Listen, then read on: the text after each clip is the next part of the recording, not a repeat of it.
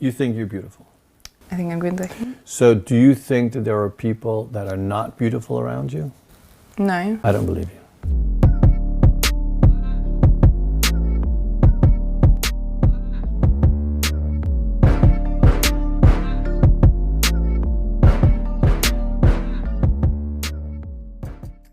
The Neon Demon is a 2016 psychological horror film written and directed by Nicholas Winding Refn, starring Elle Fanning, Jenna Malone, with Christina Hendricks and Keanu Reeves. I see 20 or 30 girls come in here every day. From small towns with big dreams. Some girls crack under the pressure. You're going to be great.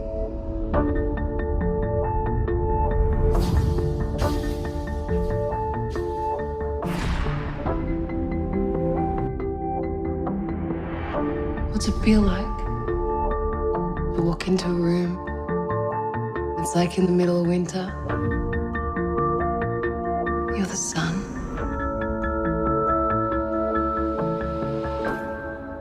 It's everything. You know what my mother used to call me? Dangerous. You're a dangerous girl.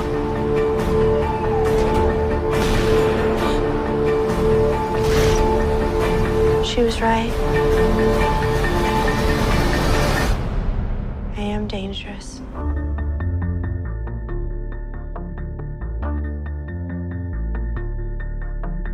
Welcome back to the Cult of Films. I'm John, the host, and as always, I'm joined by these co-hosts, Coleman Yeti and Johnny Mulligans.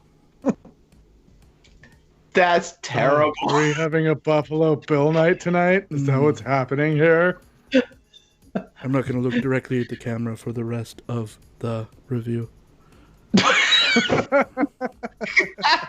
Welcome back, gentlemen. We're talking some weird shit tonight. I want to start this one off with kind of a little disclaimer. This review is going to feature some mature content. Viewer discretion and listener discretion be warned. We're going to talk about some real disturbing situations and material in this episode. So here's your warning for anyone that's sensitive to anything that a normal human should be sensitive to. Or offended by. If you're not and you're still here, then you fucking need clinical help. So who wants to start? What'd you guys think of Neon Demon? This movie was terrible until it was great. Silver Laked ya. It's Silver Laked ya. Yeah. Yeah, I won't draw it out as long as I did Silver Lake. But no, the movie was so weird and uncomfortable, and I've never watched a movie with just so much uncomfortable silence. Just so many scenes of people just looking at each other. Yeah. And just dead silence. And, you know, a lot of it, the beginning really felt like it was supposed to, like, you're just supposed to enjoy the aesthetic of it. Yeah. It's about a bunch of models, supermodels, and, you know, one new girl comes and takes over, and she makes the other models jealous. And we'll get into the rest of that in a while. But it was just weird. And she's underage, and you've really got Keanu underage. Reeves in here. Yeah, really underage, and you got Keanu Reeves in here just being a fucking weirdo, not really adding that much to the story. So I don't even know why they used Keanu Reeves. For me, like, I guess the best way to sum up my initial feelings about this movie being the visual arts piece that it is, I have to show the expression on my face. And in most of the movie, it was along the lines of,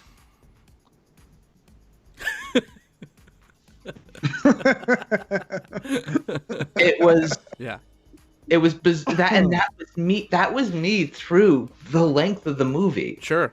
It was so much of this no dialogue, all visual, weird shit. Mm-hmm. It was bizarre. It was absolutely bizarre. And in the moment watching it, I was like, does John hate me again? And then 100%. Yeah, this was a hate That fuck is for why sure. John did this. but for me, yes, like on initial during the viewing, yeah, you got me like, oh God, this is awful. And then it's just kind of like, as I sat with it, the movie's done. I'm just kind of like thinking back at this on this movie. And it's like, I didn't think it was under the Silver Lake level of my disdain. Something else was going on there. This felt like a movie that was written and directed by somebody who was playing original Doom, listening to Nine Inch Nails' Downward Spiral soundtrack while he's rerunning The Shining without volume for the 57th time out the corner of his eye. Like, that's the feel I got from this. Yeah. And then I went and looked up the bio for the director's like, oh, that might have actually happened. Yeah, he's a total weirdo. Yeah. This is nut job. Yeah. Like, no, I'm sorry. I say nut job in jest, but the truth is it's not your typical, like, he went to film school and did the thing and like with this prestigious thing. He failed out of one school because he threw a desk against the wall. Yep. And then he dropped out of one before he even started it, only to put up some independent thing over in the, I think, Netherlands that got picked up. Someone was like, I like your work. I'll give you $3.2 million to turn it into a movie. and that happened. Like, he comes from a history of filmmaking. His father was involved in the business, so he was involved in the business, and he's got that Cinderella story behind him, and he's not a schmuck. Like, he's done stuff. He's not. So when we see Keanu Reeves, I don't think it was like one of these favors that an agent called on make it happen. Yeah. Like, I think Keanu and Hendricks, is that getting that right? Christina Hendricks, yeah. Even the actor who plays the photographer. Mm-hmm.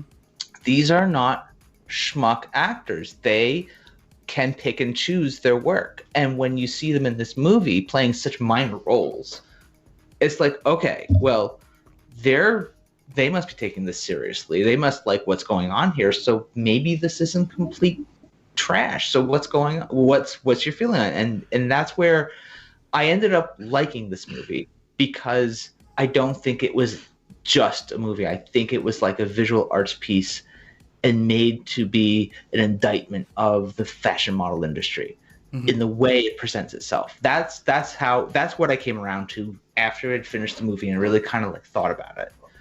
So it's interesting in that way. Nicholas Winding Refn is such an interesting piece by himself. He is, like you said, he's this like loose cannon. He got kicked out of film school because he has this temper.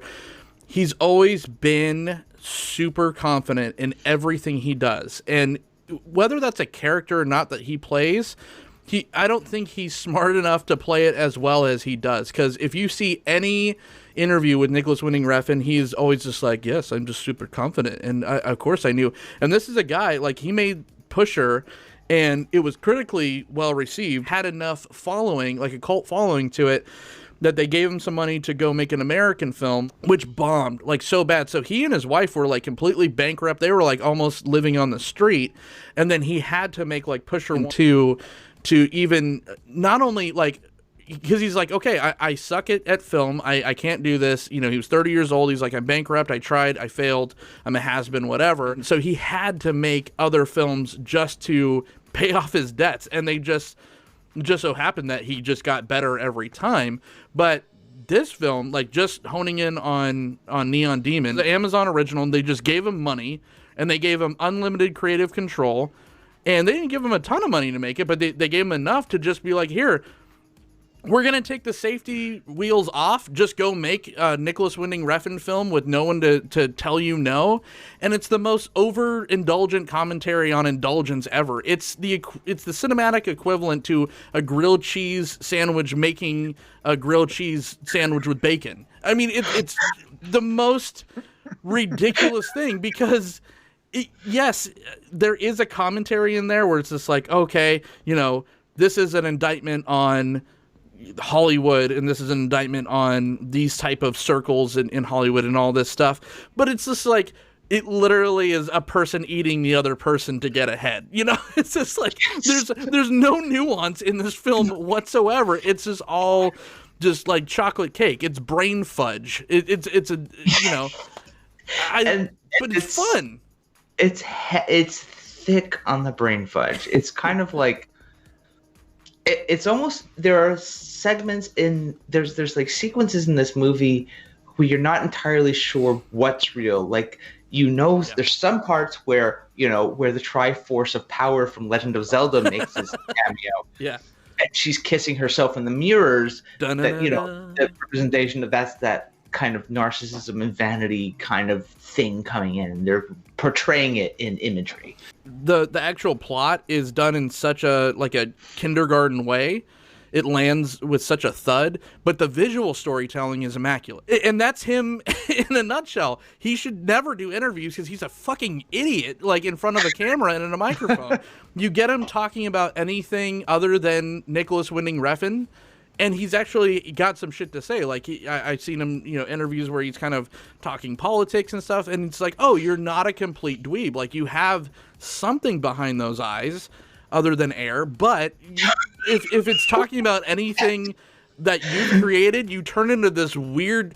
His whole thesis of making this is, one day I woke up and I wasn't a beautiful woman, but my wife is, so I wanted to make a movie to know how that feels. But he has a great visual creative eye. That's where so much of the visuals seemed like in the moment it seemed like, where's the dialogue? Why are we looking all these long lines of hallways and like railings, and what does the color mean, and why is it this way, and why is there so much strobe light, for the love of God? And it's a piece. It's a piece. I call this a piece, so it's not a movie, just because you have to be visually watching this. You have to physically pay attention to what's on the screen, because there's so much trying to be done here without words. And you're asking yourself, well, what does that color mean, and what does this imagery mean, and why are we fixated on this piece here? Like, they bring wildcats into this, like, and that's one of my. She's fierce like a tiger. She's fierce like, there's a mountain lion in the hotel room, and then there's a stuffed mountain lion or stuffed wildcat in this house that the makeup artist lures her to. Right. I'm like, right. See, you got it. Even when she's like bathing in the blood, you're wondering, wait. I just want to say spoiler alert, because this is because this is where it gets fucking good. I mean, it's been out since 2016. It's free on Amazon. It always will be, because Amazon was dumb enough to give him this much money to do this. So we're just gonna say spoilers from here on out. How much of that budget went to Jenna Malone getting into necrophilia? She steals this movie, man. What a fucking role. God, that was bizarro. That was. It's just there's if you need a movie chock full of strange, this is your jam. Seriously, it really is. There's just, you could pick apart scene by scene, like, what is all of this? All I can say is I think Keanu Reeves nailed it when it came to playing the role of a Class A D-bag. Like, he really did a fantastic job there. And I agree, and I think Coleman does too, but it's the fact that they just kind of build up his character and then just like kind of leave you hanging. It's like they don't really use him much. It's a ruined money shot of Keanu Reeves. Yeah, and you're just like, oh, that actor could have been anybody. No, but that's fine, because the main actor is eaten at the end of the movie. They don't need to go back to not quite at the end. Plot point. Yeah. He cleared it away. It's done. So that's when it all gets good. Yeah. When it goes off the fucking rails, because it all is just visual. You know, the director's jerking himself off the whole time. You know, getting himself a jerk off hand job. He gives himself a double jerk in the beginning. In the credit, we don't even get out of the credits before. Like, the whole time the credits are going on, it says Nicholas Winding Refn's initials on the bottom. And at one point it says directed by Nicholas Winding Refn. It was such a wank job that he said his name twice. on the screen at the same time. It's his initials. Just so you know. Just so you know who it is. You know, this is I did this. So yeah, it was really just him like visually jerking himself off. Yep. Up until we get the first glimpse when she tries to lick her blood, and I'm like, oh, she's trying to absorb her fucking beauty. Yeah. Great. Okay, let's see where this goes. And then when Jenna Malone gets rejected, goes and bones a corpse, completely, tongue in the mouth, slobber, everything. Has to keep spitting to get some moisture in there. Yeah.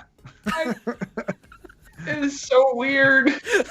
Up to them, shoving her in the fucking pool and killing her and bathing in her blood and eating her and puking up eyeballs, and the other one eats it. No, yeah, it's all amazing at that point. Necrophilia, cannibalism, all of this. But is it good? Yes, and it's fun.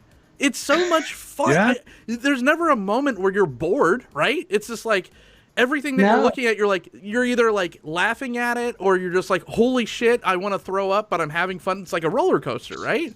Like there's never I was moment. bored through all the visual shit. All the visual shit in the beginning it bored me. Really? Great. It's nice to look at. Oh. I hated all the, like I said, all that uncomfortable silence where they're just staring at each other, and I'm like, okay, this is moving so slow because there's just so much silence and everyone's trying to take advantage of this 16-year-old girl. Like, oh, there was a transformation. So when she's walking down the catwalk and she has the weird thing with the Triforce at the end and all the people are gone. And when she comes out of that, she's a new person. She's like, oh, now I'm the ideal. I am what is beautiful and everyone wants to be me. So like that was her transition from. Mm-hmm. Yes, the neon demon. Well, I mean, you think neon demon. Oh, it's a metaphor for something, and then there's a point where you're going through all these visuals and you see these things happening, and it's like, wait a minute, is there an actual demon here? Are we gonna see like horns and shit? What? Wait, what? It's like, and it's kind of like he takes you through these weird dream sequences where. That's where you're not sure, like, what am I seeing reality or am I seeing someone having a peyote trip? Like, yes, you're not entirely sure what's what until you get to the end where Gigi throws up an eyeball and then cuts herself open with a freaking pair of scissors, and then Sarah decides, I'm hungry. That's a piece I didn't get. I'm gonna eat that eyeball that she just puked up. Yeah, what, you're gonna eat that? Oh, okay. She can really handle her human. Getting into this, if you look at it and you're watching it and you think, I can't stand it, keep watching it. Just finish the movie and then just wait till they go all Army Hammer on the main character. Exactly. Yes, this was an Army movie, and this is something where you're like, you have to watch it, you have to close the computer. You go to bed, think about the next day with a cup of coffee, cry in the shower, yeah, and then feel, decide how you feel about it, because it's not something you can really like. I don't think you could just look at this and be like, oh, bramp. You got to take a minute, because if Keanu Reeves is going to waste 5 minutes of screen time, for nothing, then 2016 Keanu's making bad choices. But that's not. We're talking about 2016. He's got John Wick under his belt already. Is that right? Yeah. He doesn't have to take on garbage. So that says something. And then the actor who plays Jack, the photographer, he's no slouch either. He was Dexter. He was playing one of the cops there. He can pick and choose too. Like there's talent here. There's talent walking in just into minor stuff. So if that alone should be a barometer for what are we dealing with, take that into consideration. Like, sit with it. Decide how you feel about after the fact that you watch the movie. It's being involved in a Nicholas Winding Refn film is kind of like being in a Jarmusch film or like a John Lynch or a David Lynch film where the actors know that they're not going to cash a big paycheck, because Refn's like whole mantra is keep your budget as low as possible. I think he made this movie for like $7 million, and he made it look like this with this cast. It's just those actors want to be involved in something like this because it's a good portrait of what you could do in this kind of role.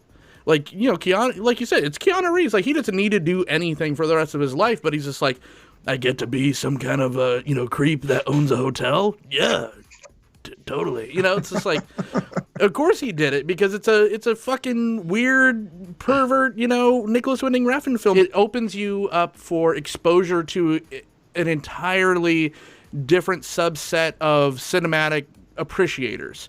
This isn't your standard, like, hey, let's go take the wife and kids to go see the new Nicholas Winding Refn jam. Like, it's just, that's not it. You got to seek this shit out. But, like, the people that like his shit are going to talk about it. And, like, every film he puts out is a giant cult, film. Much to his chagrin, he thinks he's putting out, like, billion-dollar movies every time because he loves the smell of his own diarrhea. However, I digress. Coleman, what if I told you that this film had the most dialogue in a Nicholas Winding Refn film, and you said it was quiet? Oh my god, I feel like I need to take training wheels off. Holy crap. I feel like there was a little more dialogue in Drive. No. Of Ryan Gosling just looking at the hallway? I mean, there's a lot of Ryan Gosling just existing on screen, but... But and I asked you guys, like, I'm like, hey, you might want to go watch something else from this director just to get a kind of sense what like a more mainstream Refn film would be, like a Drive. That's a very, I don't want to say entry level because it's still fucking, it's a great movie, but it's still pretty crazy, but it's a lot more forgiving than something like this. I don't know. What did you think of the mix mashing the two, Coleman? I thought Drive was a better overall movie, the way it's done, because it was, I don't know, it was more of a movie. Yeah. Like throughout the entire film. It was less of like, let's just create a bunch of visual gobbledygook shit. Yeah. For you to look at and then just kind of try to interpret what's going on amidst all of that. We kind of compared it. I watched it with someone. So a couple notes that were made or discussions we had is she asked, why would all of these big stars agree to be in this? And I said it has to be the artisticness. Not knowing anything about the director, it has to be the fact that it's this art type film, because she's going, why the hell would Jenna Malone eat somebody and be a necrophiliac and like all this shit. Completely spread eagle in a moon bath. Yeah. Yeah.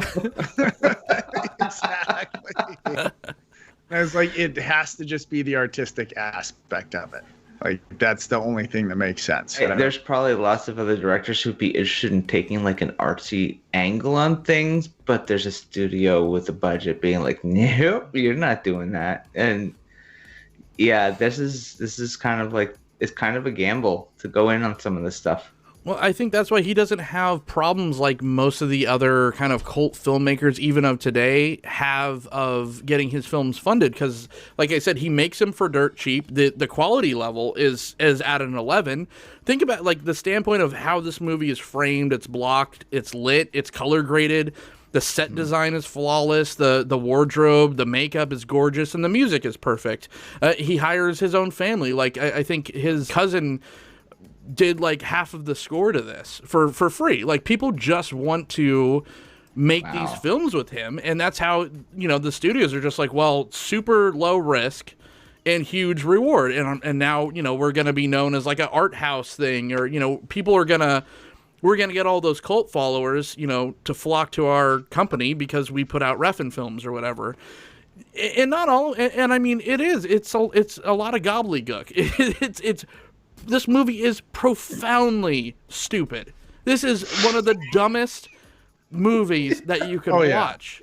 Yeah. I mean, it's vapid. It's bull in the china shop, but completely well crafted, which just makes it so much more interesting to watch. Because like you have super over stylized art house films that are trying to say something, And that, you know, and those are well made or whatever, but they're just not as fun. This is just like a complete trash schlock, and it also is, but it looks like a Ferrari. The whole visual angle of this, I think, I thought about this a little more. I don't think this is without precedent as far as, like, if you have to go back to film history and look for big movies in the history of film that have taken this kind of visual angle, you go to something. I mentioned The Shining in jest, but I actually think of it as kind of a reference point for, you go to The Shining, you do find long drawn out visuals, maybe not to the extent of this movie, Sure.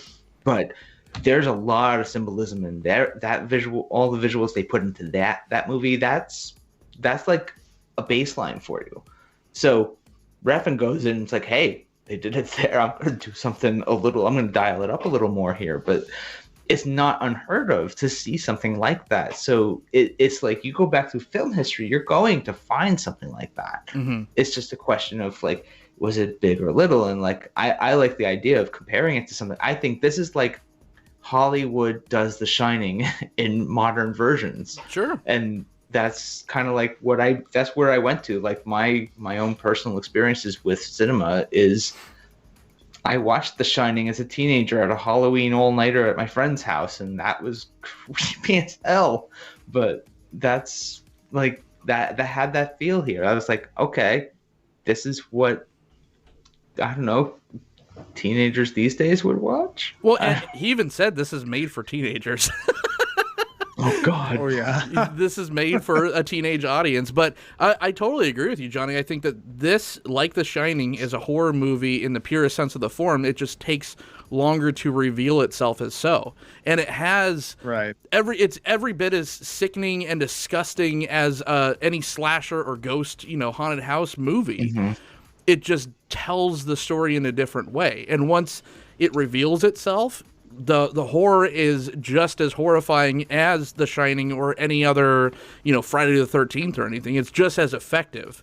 It may be even more so because it makes such a hard turn where you're just like, okay, I'm just looking at a overindulgent candy film about, models that are just, one-upping. It's like Mean Girls, but without any humor. And then once it gets to the point where it's just like, oh shit, they're eating each other and corpses, you're like, this is the scariest fucking thing I've ever seen. Yeah. Yeah. Just to gain that beauty. And then it ends on a completely comedic note. Should we talk about some performances? Because I think everyone puts in the same performance. I think everyone is dull and lifeless, but I think that's the point. Yeah. I think that's part of that indictment of the people in this industry. No way in hell is LA that quiet and empty ever, anywhere, ever. Mm-hmm. I've never been to the West Coast, and I can tell you there's no way the streets are ever that empty. It's like, it is clearly an art piece. They're like looking for emptiness as part of that visual, that kind of like, this is what it is to be in this industry and why it's bad. Yeah. Stoic stare. Favorite scenes are all the gore scenes. All of them. I mean, the eyeball. I'm sitting there going, pick it up that eyeball. You better eat that fucking eyeball. Don't you let it go to waste. Gigi cutting herself open to get it out and just murdering herself right there because I gotta get this girl out of me. Yeah. Wonderful. Yeah, the Jenna Malone Necro, and you're talking performances. There's no real standout performances because they're all played very flat outside of, and Jenna Malone's is flat, but just the shit that she had to do in this movie. Yeah. So that's a standout for her to just do what she had to do. I like how it wasn't just the other models that are this psycho too. It's like it's the industry people, because she even, like, when she's running away from the other two in the house, like, she runs to Jenna Malone for like solace, and she's like, no bitch, like, you rejected me, like, I might not be a model, but I need to eat your essence too, because it's all about her having the it factor. It's just like, And the guy goes in that whole thing. He's like, 100% beauty is the real currency of the world. It's horrible. Like, oh yeah, we have to pick out scenes. I think the ones where we're really pushed to a really uncomfortable end. Like, I think you've got Hendrix's character explaining to the lead character, "Oh, you're not 19. Just tell them you're 19. Anybody will listen to you." And then this 16-year-old goes off to a photo shoot and is with this photographer the first time ever. And you're like, oh God, this isn't right. No, and the way they've set it up, they take you right to that edge. Like, they've portrayed something we know is never supposed to happen. It's illegal. And they do it. They go right to the edge. Like, they bring you to that uncomfortable zone, and you're not like guilty of something, but you know that they're telling us a story of something that we know is wrong. And then we get to the scene in the hotel where there's the other visual where it's her with this one light spot. You see her silhouette, and she's listening through the hotel wall, and they're alluding to the idea that it's Keanu Reeves' character doing something horrible to this girl in the room next door. 13-year-old girl, yeah. There's no proof of this. We never get any confirmation of this. For all we know, it's this handyman who has the key that went and did this. So, like, you're left wondering. But, like, we're drawing out, she calls the makeup artist because she needs to get out of there kind of thing. Like, these little visuals, I think, were some of my favorite scenes because it was that's where I get this. It's art, it's visual. This isn't a movie. This is something. Ren's going for something different here. Like, those are the kind of scenes that, like, I like being pushed to that uncomfortable zone and be like, okay, this is not just some Candyland BS. We're forced to think about this. It's a retelling of Icarus because the whole time, like, her character is asking for retribution in what I mean. She is putting herself in a horrible situation by staying at the sleaziest hotel room in LA, in Pasadena, with the creepiest dude. She is pissing off these other people with the way she's talking to them, where she is already aware of what she is and what she has before she makes the complete transformation into the actual neon demon.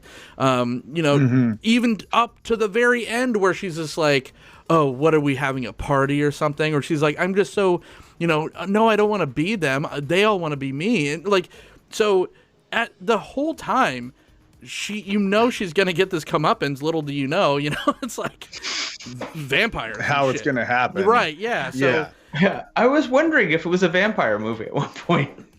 Right? I mean, well, vampires drink it. They don't bathe in it. Granted, they ate her, so yeah, there's that. Did you ever get screwed out of a job? Yeah. What did you do to the girl? I ate her. Ew, gross. So good. One of my favorite scenes is actually like right at the beginning where Rose, or is her name? No, Ruby, who's the Jenna Malone's character. She's like, hey, I'm going to a party later. Do you want to go? And she's like, what kind of a party is it? She's like, it's a fun one. And they show up and it's just like music blaring with everyone just looking so pissed off. Like, no one's saying anything. No one dancing. Well, there's no one there. There's only 4 people at the party. It's strobe lights. And someone tied up in the middle of the room, hanging from the ceiling. On a bar. Well, I thought they were on a bar stool. Maybe it was hanging from the ceiling with a bar stool. I had no idea. It's the most pretentious, like, they just have to be there to get, just in case someone important walks in. It's just so good. I just love it. This is one of the dumbest movies you'll ever watch, but one of the just most fun times that you'll have. It's eating a chili dog on like a log ride.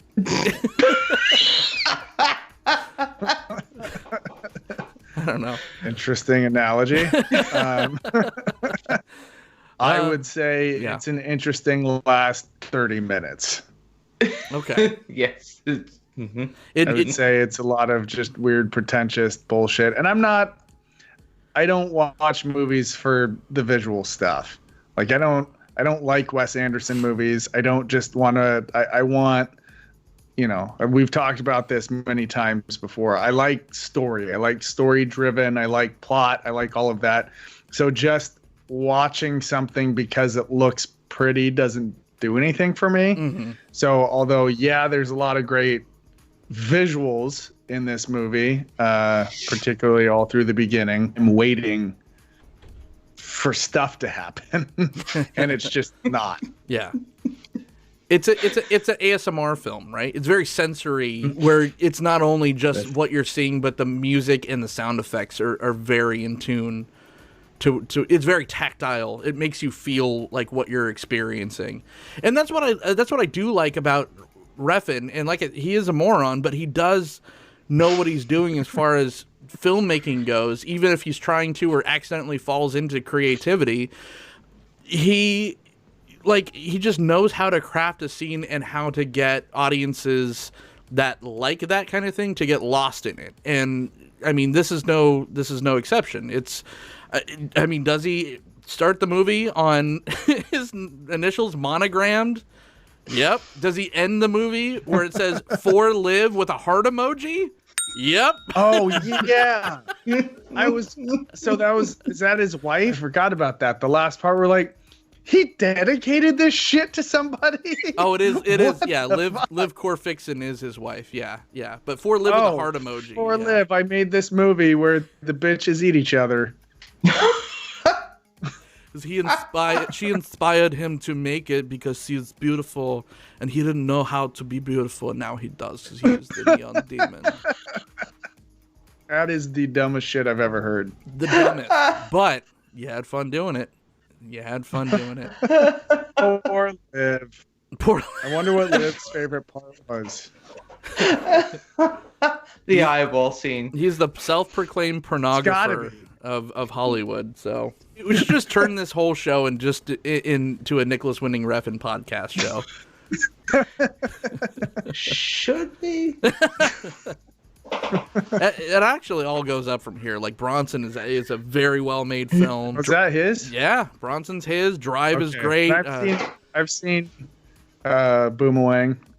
Yeah. I honestly would be curious to see the movie that got him that first $3 million, hey, just make this thing into a movie kind of thing. I want to see the start point.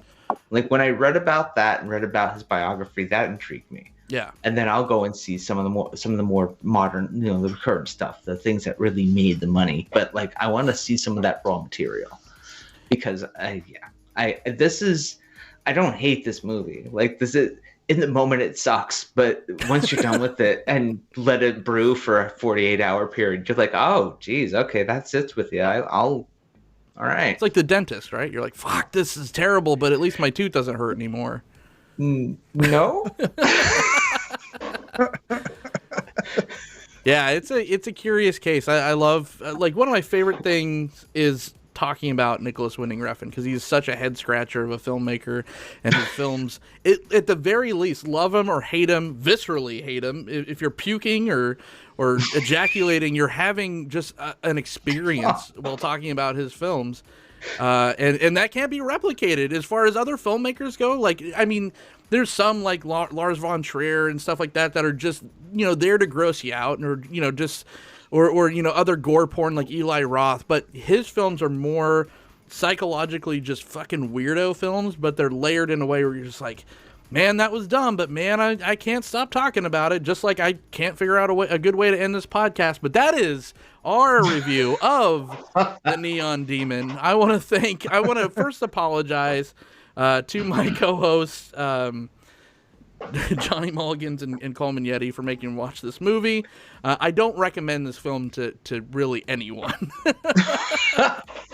No, nor do I. And I still don't. I would recommend the horror piece. Like I said, go watch the last third. Just fast forward to the last 30 minutes to see some great gore, and understand that they're trying to absorb her beauty, and that's all you need to know, because that's when it gets good. Yeah, Johnny. I'm you know what, I'm gonna give this one at least one thumbs up, just because this is here's the deal. You need a disclaimer for this movie. You need to go into this movie, watch it, and you need to wait 48 hours. Once you finish the movie, you can't just watch part of it. You just can't go to the last 30 minutes of it. You got to give it a 48-hour simmer. And ultimately, this is not.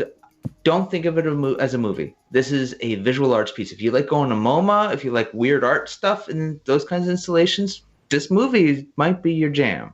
All right, I'm not going to promise that, but you definitely want to treat it as something different than a movie. And when you do that, you can kind of, I think you'll be able to like look at what you have in front of you and just take it. It's different. You look at it differently, you feel about it differently, and then suddenly it's not just a movie. This is a piece of attempt. Someone's going for artwork here, and then you can take that angle. So make sure you've got 48 hours to just sit with it. If you're into art and weird shit, then this is your movie. This is your movie. I didn't realize we were doing an art podcast now. Well, for this segment, it is. If you don't know, then now you know. Well, that is our thoughts on Fine Young Cannibals, The Plastic Strike Back. Why don't you go ahead and hit that thumbs up button. Tell us what you think of Nick Refn films in general, but especially about the Neon Demon. You have no excuse. Go out and check this out. It's free on Amazon Prime. Mm-hmm. If you want to follow us, you can on Twitter. After this show, I don't know why you would, but we're at The Cult of Films. I'm at John the host. Johnny Mulligans, where can everyone find you? You can find me on the Twitters at J_Mulligans. And here at We Said in the Cult of Films catalog. And Mr. Coleman Yeti.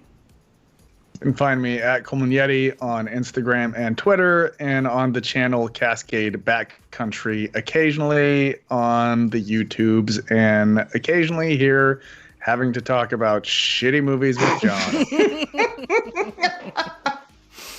Thank you all so much for watching. We will see you next time. I thought I wondered what it would be like being born beautiful. And that made me a superhuman, because suddenly I was stronger than most quote-unquote normal people.